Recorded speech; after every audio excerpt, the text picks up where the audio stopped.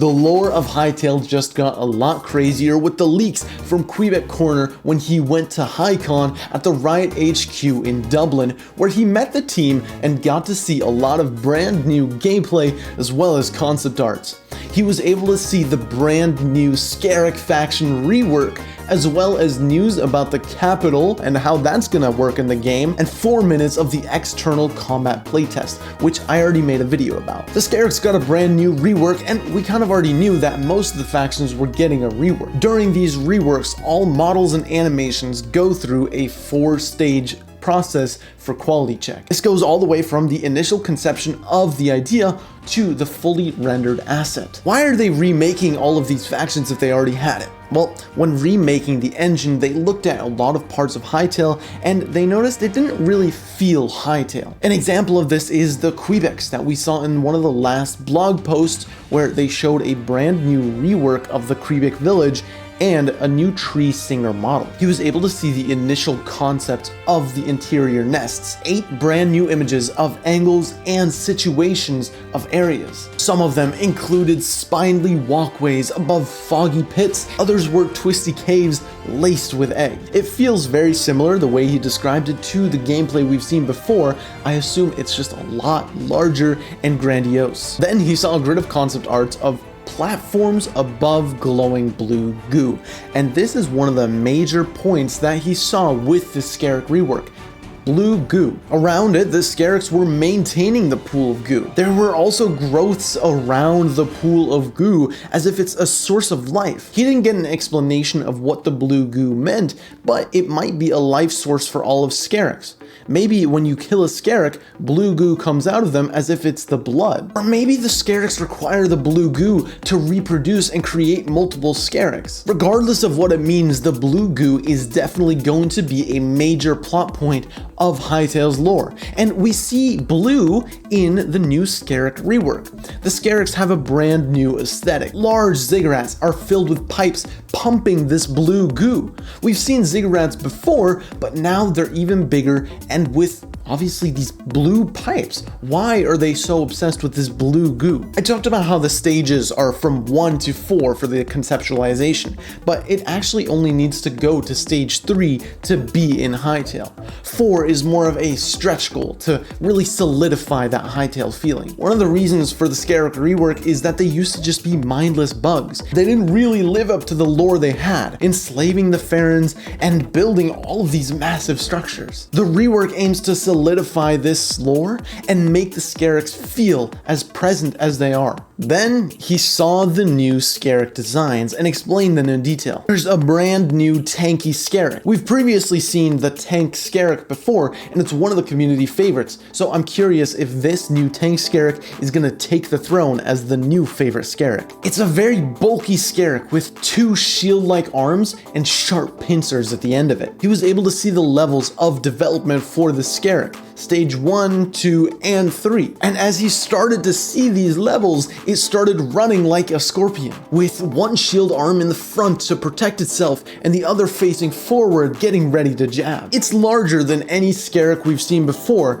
and that only gets bigger the more Scaraks he saw. One thing he noted is that the Scaraks definitely feel a lot smarter than they were previously. It's like they're living, thinking insects that have real-time impulses and thoughts. It sounds very, very creepy. As someone who isn't the biggest fan of bugs, I think the Scarak nests are definitely either going to be a stray away from zone, or I only go here with a flamethrower zone. There were brand new movements with the Scaraks. Similar to scorpions when detecting danger ahead of them, they were jumping from side to side, showing off their pincers to ward off attackers. They finally feel the way the lore made them out to be, and I can definitely sense that whoever created these animations and came up with the concept of these did a lot of research into actual bugs and how they move in real life. Then he saw a brand new lineup of Scaraks. Scaraks that we've seen before, as well as some new ones. to them. They look similar to the ones we've seen before, but they have a brand new aesthetic. Like I mentioned with the blue goo, there is a new blue aesthetic to them. The locust type that we've seen before in the concept art now has big blue wings. He has a giant pincer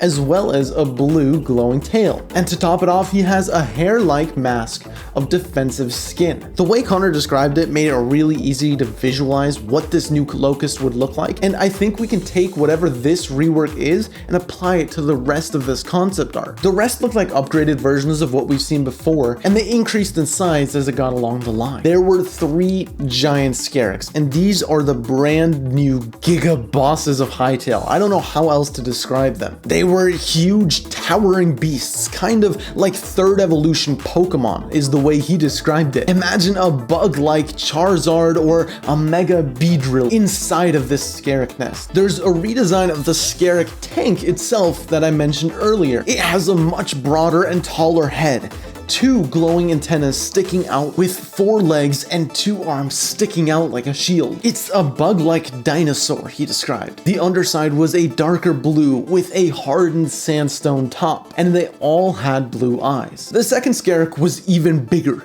skinnier, with 4 legs, 2 or 4 tentacles, 2 sections of body, bottom with legs standing tall like a centaur. It had blue wings like a sensor or a fan that can detect vibrations of movement. The third Scarak was even bigger. 2 much more defined arms like claws. The head was like a giant emperor piece. It had 2 gigantic wings. The wings are called tympanum. Insects have them for detecting sounds and vibrations. So I assume it's going to be similar like the warden in Minecraft. If you want to fight this, you're going to have to be very silent. All of them had symmetrical glowing blue dots, which is once again a theme of the Scaraks. Everything is blue now. Blue wings, blue glowing eyes, blue goo. And that is just the Scarak rework. All of the factions that we know have been reworked, and I can't wait to find out more about them. We've now seen the Quebecs, or at least part of the Quebec rework, and we're going to see the Scaraks in the next blog post. This has been confirmed by the game director of Hytale, John Hendricks. They've teased this next blog post being the engine reveal, showing off new gameplay and screenshots.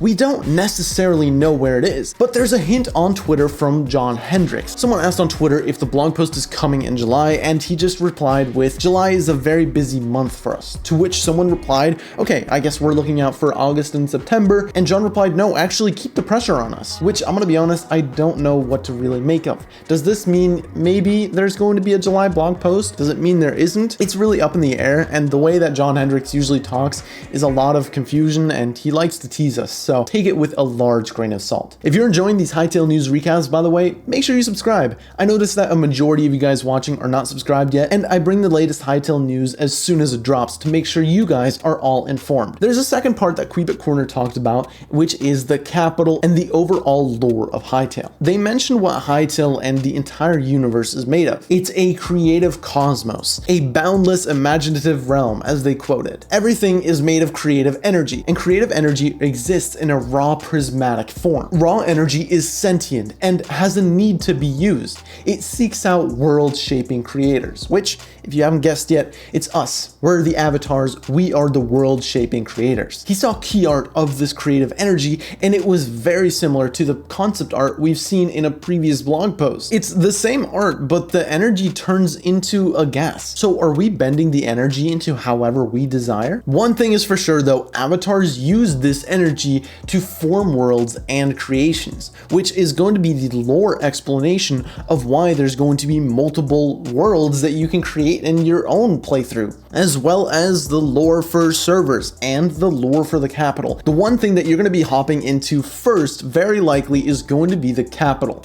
They teased the capital in a previous blog post with a single concept art, and I'll be honest, I've been skeptical about it. It looks like just a generic hub that they've kind of renamed and rebranded into the capital to make it more special, but the way they talked about it actually makes it seem extremely cool. It's the beating heart of Avatar society. It's a giant floating island forged from prismatic energy, founded to be the central hub. Avatars have a direct impact on the capital. When I heard this, I was confused. How do we have an impact on the capital? Do we build it? And they went into more detail. The capital will change. It's going to reflect the popular trends or actions of players.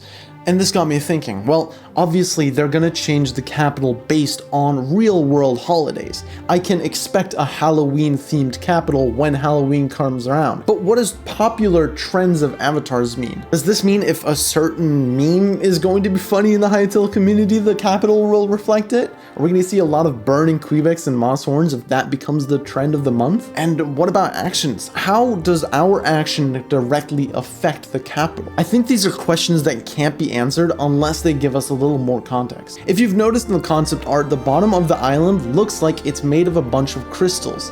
Well, it's the prismatic energy we've been talking about it. They form iridescent blocks, as they call it. It's the skeleton of the capital. The capital, as they describe it, is a permanent through line and a helpful way to direct players, which goes back to what I was saying. I think it's going to be the tutorial world as well. It's going to teach you everything you need to know, hence a helpful way to direct players. A giant portal lingers in the center of the island, similar to what we've seen in the announcement trailer. I assume this portal is going to be the way you navigate through the world of Hytale and maybe even go to Orbis. Then he saw some gameplay of the capital. It was a shot of the capital from the ground floor. It had a particular theme and a color wave, but then out of nowhere, a shockwave of energy caused everything to change. And directly quoted, "Seen the capital reflect the enthusiasm of the players."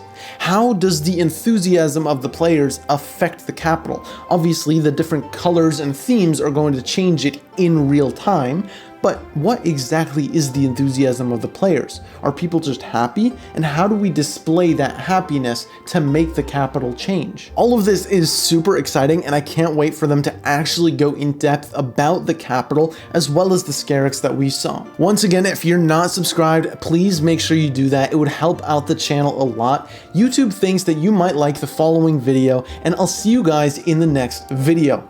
Peace out.